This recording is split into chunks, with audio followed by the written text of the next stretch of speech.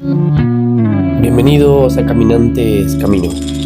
Nos encontramos con Julius Evola en Cabalgar el Tigre. No olvides suscribirte y compartir el canal y dejarme tu comentario. Compartir esta obra tan importante en estos momentos que corren.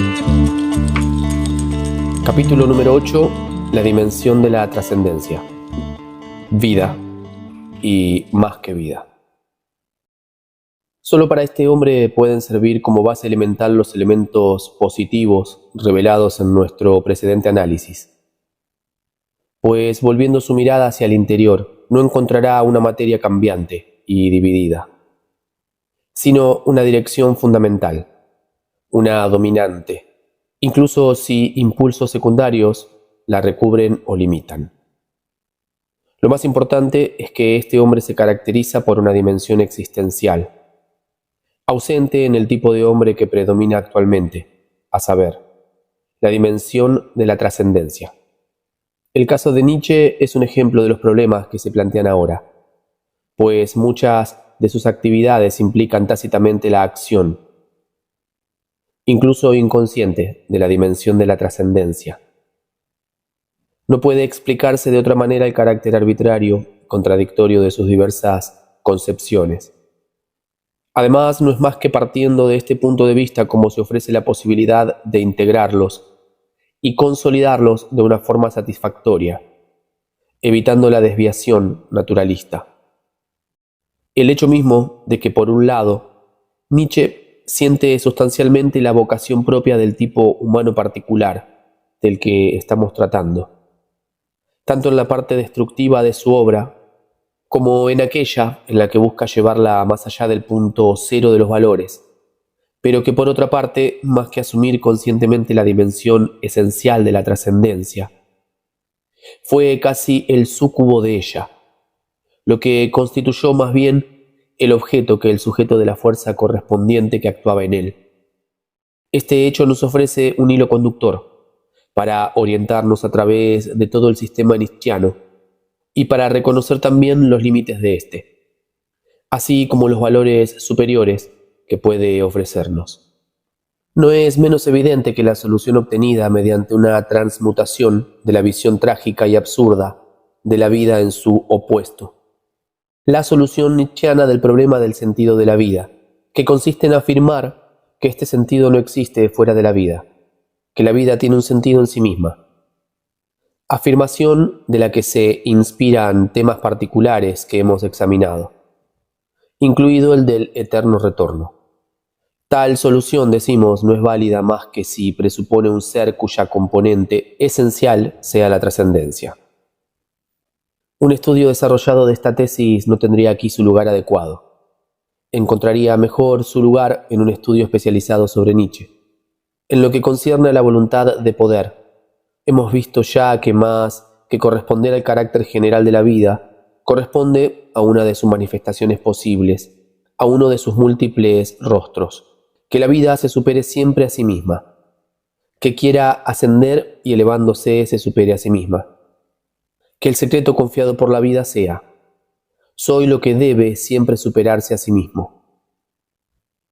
Todo esto no es más que la proyección de una vocación muy particular, en el marco de una visión del mundo, no es más que el reflejo de una naturaleza dada y no constituye de ninguna forma el carácter general, objetivo de la existencia. El verdadero fondo de la existencia es, en efecto, la interpretación de Schopenhauer, antes que la de Nietzsche. Es la voluntad de vivir, en tanto que deseo eterno e inagotable, y no la voluntad de poder en sentido propio, ni la tendencia positiva y ascendente a la superación. Solo la virtud de la otra dimensión, la de la trascendencia, puede conferir a la vida los caracteres que por generalización abusiva Nietzsche ha creído poder atribuir cuando estableció sus nuevos valores. La conciencia imperfecta de lo que actuaba en él explica no solo las oscilaciones de su carácter, sino también el aspecto trágico de su existencia humana. Por una parte encontramos los temas de una exaltación naturalista pura de la vida, alcanzando formas que representan un desfallecimiento evidente del ser ante el mundo de los instintos y las pasiones. El hecho que la voluntad los afirme de manera absoluta corre el riesgo de significar sencillamente que son ellos quienes se afirman a través de esa voluntad, dominándola. Pero por otro lado son numerosos y decisivos los testimonios de una reacción sobre la vida, que no puede provenir de la vida misma, sino únicamente de un principio que le es superior, tal como revela un pasaje característico. El espíritu es la vida que disecciona la vida misma. Todos los rasgos positivos de la vida del superhombre están ligados con este segundo aspecto: el poder darse una ley a sí mismo, el poder decir no, de no actuar, cuando uno es arrastrado por una fuerza prodigiosa, por una enorme tensión hacia el sí. La ascesis natural y libre que se ejercita en someter a prueba juzgando la potencia de una voluntad al grado de resistencia, de dolor, del tormento que puede soportarse para transformarlos en ventaja suya. Si bien desde este punto de vista todo lo que la existencia ofrece de malo, de doloroso, de problemático, todo lo que ha alimentado las formas populares de las religiones soteriológicas, es aceptado e incluso deseado. El principio de no obedecer a las pasiones, sino de refrenarlas. La grandeza del carácter no consiste en no tener pasiones, al contrario. Hay que poseerlas en grado máximo, pero refrenándolas. Más aún, sin que esta dominación sea una fuente de alegría, con simplicidad. La idea que el hombre superior se distingue del inferior por su intrepidez, su desafío a la desgracia. Es un signo de regresión cuando los valores eudemonistas empiezan a ser considerados como los más altos. Y contemplar estupefacto a los que muestran el camino de la felicidad, para incitar al hombre a comportarse de tal o cual manera. ¿Qué nos importa la felicidad a nosotros? Reconocer que uno de los medios por los cuales se conserva una superior especie humana consiste en arrogarse el derecho a actos excepcionales, vividos como tentativas de victoria sobre uno mismo, y actos de libertad. A asegurarse, a través de una especie de ascesis, una preponderancia y una certidumbre, en cuanto a su propia fuerza de voluntad. Sin huir de ningún tipo de privación, afirmar la libertad que consiste en mantener la distancia que nos separa, el ser impasible delante de las penas, las durezas de la existencia, las privaciones, la vida misma. El tipo más elevado de hombre libre estaría representado por aquel que constantemente supera las más altas resistencias. El gran riesgo hace de él un ser digno de veneración. El denunciar la nefasta confusión entre disciplina y servilismo. El fin de la disciplina no puede ser más que una fuerza mayor. El que no domina es débil, disipado e inconstante. Y tener por cierto que la disolución no es un argumento más que contra aquel que no tiene derecho a ello, y que todas las pasiones han sido desacreditadas por culpa de aquellos que no eran suficientemente fuertes para orientarlas en ventaja propia, sin huir de ningún tipo de privación. Afirmar la libertad que consiste en mantener la distancia que nos separa, el ser impasible delante de las penas, las durezas de la existencia, las privaciones, la vida misma. El tipo más elevado de hombre libre estaría representado por aquel que constantemente supera las más altas resistencias. El gran riesgo hace de él un ser digno de veneración. El denunciar la nefasta confusión entre disciplina y servilismo. El fin de la disciplina no puede ser más que una fuerza mayor. El que no domina es débil, disipado e inconstante. Y tener por cierto que la disolución no es un argumento más que contra aquel que no tiene derecho a ello, y que todas las pasiones han sido desacreditadas por culpa de aquellos que no eran suficientemente fuertes para orientarlas en ventaja propia. Mostrar la vía de aquellos que, libres de todo lazo, no obedecen más que a una sola ley, se adhieren inflexiblemente a esta, y están por encima de toda debilidad humana. En fin, todo lo que hace que el superhombre no es la bestia rubia de presa, ni el heredero de una equívoca virtus de déspotas del Renacimiento, sino que también es capaz de generosidad, prontitud en la ayuda viril, de virtud donadora, de grandeza de alma, de superación de la propia individualidad. Todo ello representa un conjunto de elementos positivos que el hombre de la tradición puede también apropiarse, pero que no se explican y solo son tales en la medida en que están relacionados, no con la vida, sino con un más que vida, con la trascendencia. Son valores que solo pueden atraer a los hombres que llevan en ellos dentro de sí otra cosa y más aún que la simple vida. No examinaremos aquí en detalle las discriminaciones que conviene hacer en relación a estos datos de base en la mezcla confusa del sistema de Nietzsche, así como tampoco las confusiones que deberíamos denunciar, las desviaciones que deberíamos prevenir cuando se supera el punto en donde se han detenido generalmente los que han exaltado a Nietzsche, así como los que le han denigrado. Vida y trascendencia se encuentran siempre mezcladas en él, y de todas las consecuencias de su polémica anticristiana, esta confusión es una de las más nefastas. Cuando los valores negados por el ideal cristiano, ideal de paria, de Chandala, y que constituirían el ideal opuesto, afirmativo y antinihilista, son descritos en estos términos: el orgullo, la distancia, la gran responsabilidad, la exuberancia, la soberbia animalidad, los instintos guerreros y conquistadores, la apoteosis de la pasión, de la venganza, de la cólera, de la voluptuosidad, del espíritu de aventura en el conocimiento.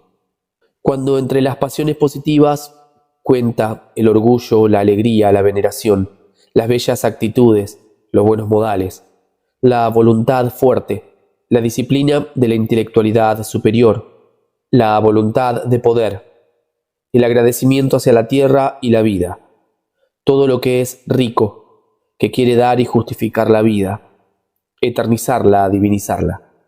La mezcla a la que hemos hecho alusión es evidentísima. Lo sagrado y lo profano se confunden aquí. Pero otro punto nos parece todavía más importante. Incluso si uno constata y aísla en todo ello las formas efectivas de una superación de uno mismo, se acaba uno encontrando ante una situación problemática, a propósito de la cual puede hablarse de una ascesis, que es su propio fin, y donde el superhombre aparece como un límite exasperado de la especie hombre, y no como el ya no más hombre, el ser de una naturaleza diferente, representante y testigo de otra dignidad. Existe un peligro, el que estas experiencias, donde no se encuentra nada más que una simple adhesión al sustrato irracional e instintivo de la vida seguida, no es la de la dominación de los hombres y de las fuerzas exteriores, sino también la de la dominación de uno mismo. Permanezcamos cerrados en el terreno de la mera sensación. En Nietzsche es significativo a este respecto un fragmento en donde el decir no a toda la fuerza que bulle en uno mismo es representado como un dionisismo, cuando quizás sería más exacto hablar de autosadismo. La disciplina, la ascesis, desarrollada duramente a lo largo de la vía del bien, como de la vía del mal, a través de pruebas extremas, de forma inexorable frente a sí mismo y a los otros, puede tener solo el valor de una sensación acrecentada y exasperada de la vida, de un yo, que solo atrae la sensación de sí mismo a través de esta misma, salvaje y acre vivencia. Es demasiado frecuente que Nietzsche ha interpretado efectivamente su propia experiencia y la vida que ha señalado. Es más importante para nuestros fines resaltar este punto, esta falsa desviación, en tanto que, fuera de las teorías, es fácil reconocerla en la base de múltiples experiencias límites de las generaciones contemporáneas, lanzadas a una vía peligrosa, de la que ya hemos hablado anteriormente.